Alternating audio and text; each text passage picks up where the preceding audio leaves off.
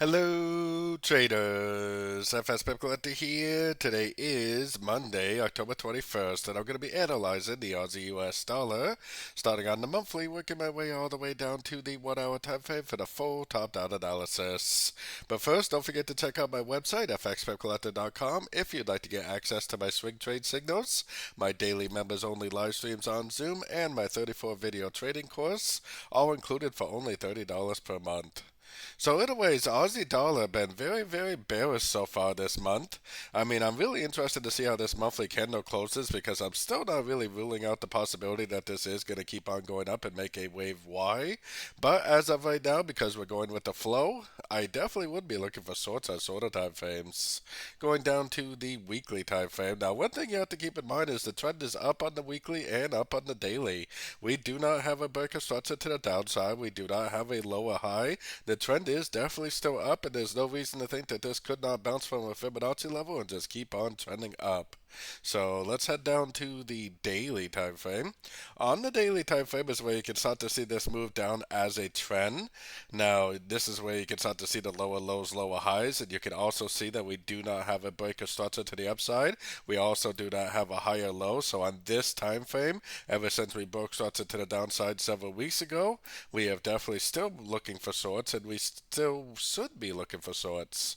So let's take it all the way down to the 4 hour time frame.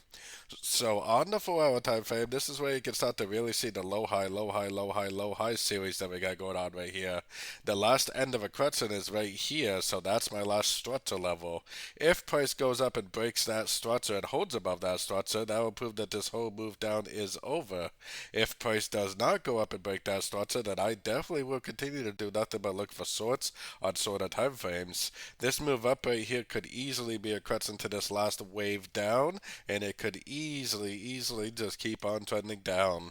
The trend is your friend.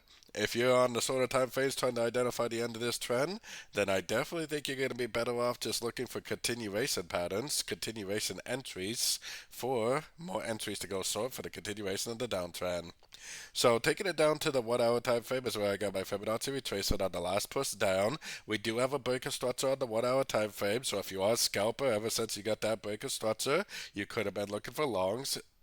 But if you're not a scalper, which I definitely am not a scalper, then you have to realize that this move that we're currently getting could easily be a crescent to this move down.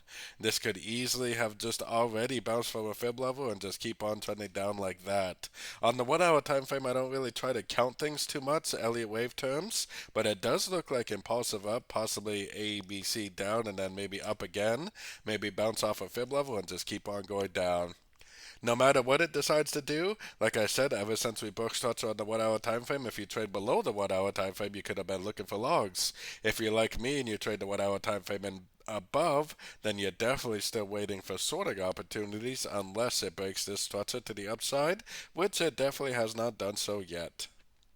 So don't forget to join my free Discord channel, which is linked down here in the corner. And as always, thank you and happy trading.